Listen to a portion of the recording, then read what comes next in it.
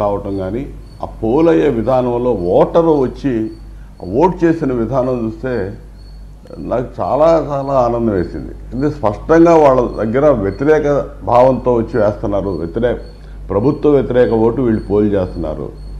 గ్రామాల్లో అయితే ఎక్కడెక్కడున్న వాళ్ళు ఈవెన్ అబ్రాడ్ నుంచి కూడా ఓటు వేయటం కోసం 5-6 లక్షల రూపాయలు ఖర్చు పెట్టుకొని వచ్చి ఓటేసిపోయినటువంటి పరిస్థితి. హైదరాబాదు, చెన్నై, బెంగళూరు అసలు ఎక్కడెక్కడ ఉన్నారు, వేరే పక్కన నియోజకవర్గాలు పక్క పట్టణాల్లో నగరాల్లో ఉన్నటువంటి వ్యక్తులు కానీ అసలుకి ఏ విధంగా వచ్చారంటే గ్రామాలు పూర్తిగా అసలుకి నిండిపోయినాయి. ఎప్పుడు ఖాళీగా ఉండేవి. మా ప్రాంతంలో ప్రధానంగా డెల్టా ప్రాంతంలో నేను చూసినప్పుడు ఎప్పుడు చూసినా ఊళ్ళన్నీ ఖాళీగా కనపడుతుంటాయి. అసలు ఒకరోజు ముందు సండే వచ్చింది, విపరీతంగా తాకిడి గ్రామాలు మొత్తం నిండిపోయింది. ఇదేంటంటే 100% వ్యతిరేక ఓటు. అంటే వీడి మీద ఈ ప్రభుత్వం మీద అంత కసితో ఎదురు చూస్తూ ఉన్నాడు. ఈ రాష్ట్రాన్ని సర్వనాశనం చేశాడు, భ్రష్టు పట్టించాడు. ఇక భవిష్యత్ అనేది లేదు. ఈరోజు మనం ఖచ్చితంగా మన ఓటు హక్కు వినియోగించుకొని ఈ దుర్మార్గ ప్రభుత్వాన్ని పారద్రోలకపోతే అసలు అయిపోయింది, ఈ రాష్ట్రం పరిస్థితి అయిపోయిందనే ఒక ఫీలింగ్తో వచ్చి ఓటు చేశారు. అందులో అనుమానమే లేదు. నేను గతంలో ఎప్పుడూ చూడలేదు ఇటువంటి స్పందన అనేది. దాన్ని చూసి నేను చాలా సంతోషపడ్డాను. చంద్రిక గారు, జనరల్గా సార్ ఎలక్షన్స్లో ఒక నరేటివ్, ఒక ఎజెండా ఉంటుంది. ఆ పాయింట్ బేస్డ్గా ఎలక్షన్ జరుగుతుంది.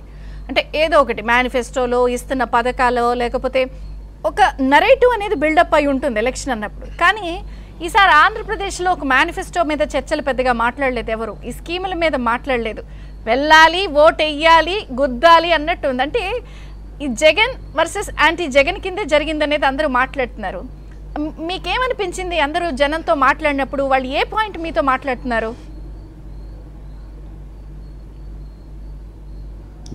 నేను కూడా దాంతో ఏకీభవిస్తాను. యాంటీ జగన్ ఎందుకంటే స్కీములు ఓకే, స్కీములు ఏ ప్రభుత్వం వచ్చినా ఇస్తుంది అనేది ఒక నానుడి, వాళ్ళకు అవగాహన ఉంది, నమ్మకం ఉంది. ఆయన ఇచ్చే స్కీమ్ లేదు, ఆయన ఇచ్చాడు. గతంలో అంతకంటే చంద్రబాబు నాయుడు గారు బ్రహ్మాండంగా ఈయన నవరత్నాలను 9 స్కీములు ఇస్తే చంద్రబాబు నాయుడు గారు 117 పథకాలు ఇచ్చాడు. ప్రతి డిపార్ట్మెంట్ నుంచి స్కీములు ఉండేవి. మాకు అడిషనల్ అమౌంట్స్ ప్రతి దానికి సప్లాన్ ఉండేది. ఎస్సీ ఎస్టీ బీసీ సప్లాన్ నిధులు ఉండేవి. అన్నీ అడిషనల్గా వచ్చాయి. ఇవి కాకుండా ఈ స్కీములు కాకుండా. కాబట్టి ప్రజలకు స్పష్టమైన అవగాహన ఉంది. స్కీములు మేము ప్రకటించినటువంటి సూపర్ 6 కానీ తర్వాత ఇచ్చినటువంటి మేనిఫెస్టో, మేము పవన్ కళ్యాణ్ గారు ఇచ్చిన మేనిఫెస్టో కానీ అవన్నీ ప్రజలకి తెలుసు.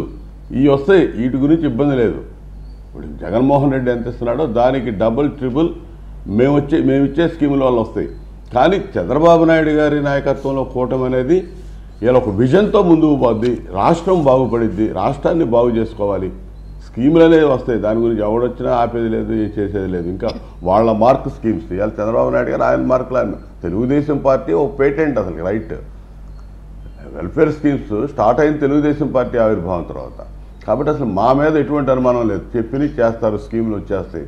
స్కీములు కాదు ఇక్కడ, స్కీములు ముఖ్యం కాదు. స్కీములతో పాటు డెవలప్మెంట్ పూర్తిగా అడుగంటిపోయిన అభివృద్ధి మళ్ళా మొదలవ్వాలి. అభివృద్ధితో పాటు భవిష్యత్తు కావాలి. ఇవాళ యువత కానీ చదువుకునే విద్యార్థులు కానీ అసలు ఈ రాష్ట్రంలో భవిష్యత్తు అనేది కనపడుతుందా? రాష్ట్రం అధోగతి పాలైంది. ఈ రాష్ట్రం ప్రతి ఒక్కడు, సామాన్య మానవుడు ప్రతి ఒక్కరూ ఆలోచన చేసే ఆలోచన అది. అధోగతి పాలైన రాష్ట్రాన్ని బాగు చేసుకోవాలంటే జగన్ అనేవాడిని పంపించేయాలి ఇక్కడ నుంచి అనే కసి స్పష్టంగా కనపడింది నాకు. కానీ ఒక పాయింట్ సార్, నిన్న సజ్జల గారు వీళ్ళందరూ వచ్చి అసలు ఇదంతా పాజిటివ్ ఓటు, మాకు మీరే రిగ్గింగులు చేశారు అని అటు టర్న్ చెప్పి అటు తిప్పే ప్రయత్నం చేస్తున్నారు. ఒకటి దాడులు మీ ప్రాంతంలో ఎలక్షన్ ముందు, పోలింగ్ బిగినవక ముందు నుంచి రెండో రోజైనా కూడా అదే స్థాయిలో కొనసాగుతూనే ఉన్నాయి. ఎందుకు? దీన్ని ఎట్లా చూడాలి? ఎలక్షన్ అయిపోయాక ఇంకా దాడులు ఏంటి? ముందు జరిగాయంటే ఒక అర్థం ఉంది. సజ్జల 2 రకాలుగా మాట్లాడాడు. సజ్జల మాటల్లో స్పష్టంగా వాళ్ళ ఓటమి కనపడింది. ఓటమి భయం కూడా కనపడుతుంది అతని దగ్గర. మేకపోతు గాంభీర్యం ప్రదర్శించాడు. అది స్పష్టంగా మేమేదో రిగ్గింగులు చేసామన్నాడు. దాన్ని రిగ్గింగులు చేయడం ఏంటి? ఆ రిగ్గింగుల విధానం మాకు తెలియదు. నిన్న చూసాం చిత్తూరు మా అభ్యర్థి నాని గారిని ఏ విధంగా హత్యాయత్నం చేశారు, గన్మెన్ని కొట్టారు.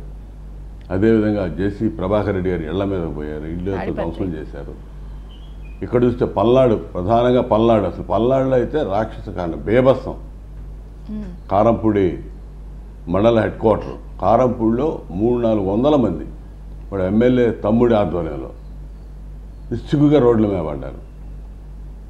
దాన్ని పోలీసులు కూడా చోద్యం చూస్తూ ఉన్నారు. మా అభ్యర్థి ఆల్రెడీ ఇంటిమేషన్ ఇచ్చాడు 3 గంటల టైంలో. వీళ్ళు చర్యలు తీసుకోవడంలో విఫలమయ్యారు. ఇవన్నీ ఏంటంటే ఫ్రస్ట్రేషన్, నిస్పృహకి, నిరాశ నిస్పృహలకు లోనయ్యి ఏదో ఒకటి చేయాలి, మా ప్రాభవం నిలబెట్టుకోవాలి, లేకపోతే మా ఇది ఎగ్జిస్టెన్స్ కోసం తాపత్రయం పట్టడం తప్ప ఇంకోటి కాదు. పెద్ద రాక్షస మోక ఏ విధంగా రోడ్ల మీద పడిద్దో ఆ విధంగా ఒక గొరిల్లా యుద్ధంలాగా అసలు ఎక్కడెక్కడి నుంచి వచ్చారు రాత్రంతా కూడా 30 మంది 40 మంది ఇంకా విడిపోయారు, గ్రూపులుగా విడిపోయి గ్రామాల మీద పడాలి, తెలుగుదేశం పార్టీ అనుకూలంగా ఓటింగ్ జరిగినటువంటి గ్రామాలను ధ్వంసం చేయాలి అని ఒక పథక రచన చేశారు ఈ పిన్నెల్లి బ్రదర్స్ మాచర్లు. వీళ్ళకి రోజులు దగ్గర పడ్డాయి, అవి గుర్తుపెట్టుకోవాలి. ఏదో అనుకుంటా ఉన్నారు. జగన్మోహన్ రెడ్డి నేర ప్రవృత్తితో ఉంటాడు, కింద కూడా అదే పరిస్థితి తీసుకొస్తా ఉన్నాడు.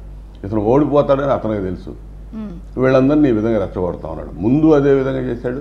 ఇప్పుడు ఇక రోజుల దగ్గర పడేకుంది. ఇక ఈ విధంగా చివరి టైంలో కూడా ఇదే పరిస్థితుల్లో చేస్తూ ఉన్నారు. ఇవాళ 2 రోజుల ముందు వీళ్ళు ఓడిపోతారనటానికి ఒకటి ఉదాహరణ. ఇవాళ మీరందరూ పేపర్లో పెట్టిన బ్యానర్ హెడ్డింగ్ 3 days కరెక్ట్గా పోలింగ్ 3 days ఉందనంగా వీళ్ళు ఏం చెప్పారు? ఎప్పుడో 3-4 నెలల క్రితం బటన్ నొక్కినటువంటి స్కీములు 6 స్కీములకు సంబంధించి బటన్ నొక్కుడు రిలీజ్ చేయకుండా ఆపి 3 రోజుల ముందు ఆ జవహర్ రెడ్డి అయినా కూడా హడావిడి చేశాడు. సిఎస్ బుద్ధి తక్కువ మొదటి నుంచి నేను అంటానన్నా, సిఎస్ అంత పనికి మాలిన లేడని. ఆ సిఎస్ ఏం చేశాడు? ఖచ్చితంగా 3 రోజుల ముందు అవన్నీ రిలీజ్ చేయాలని చెప్పి పెట్టాడు. ఎలక్షన్ కమిషన్ ఆపయా ఎలక్షన్ అయిన తెల్లారి రిలీజ్ చేయమన్నారు.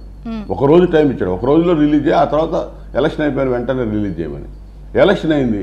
ఈ రోజు వరకు వాటి గురించి నిన్న ఈ రోజు ఆలోచించటం మళ్ళా. అంటే అర్థం ఏంటి?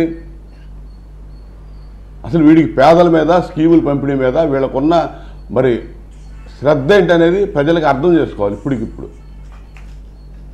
వాళ్ళని ఆ విధంగా ఆ పెన్షనర్స్ని ఏ విధంగా ఇబ్బందులు పెట్టి చంపేశారో వీళ్ళు.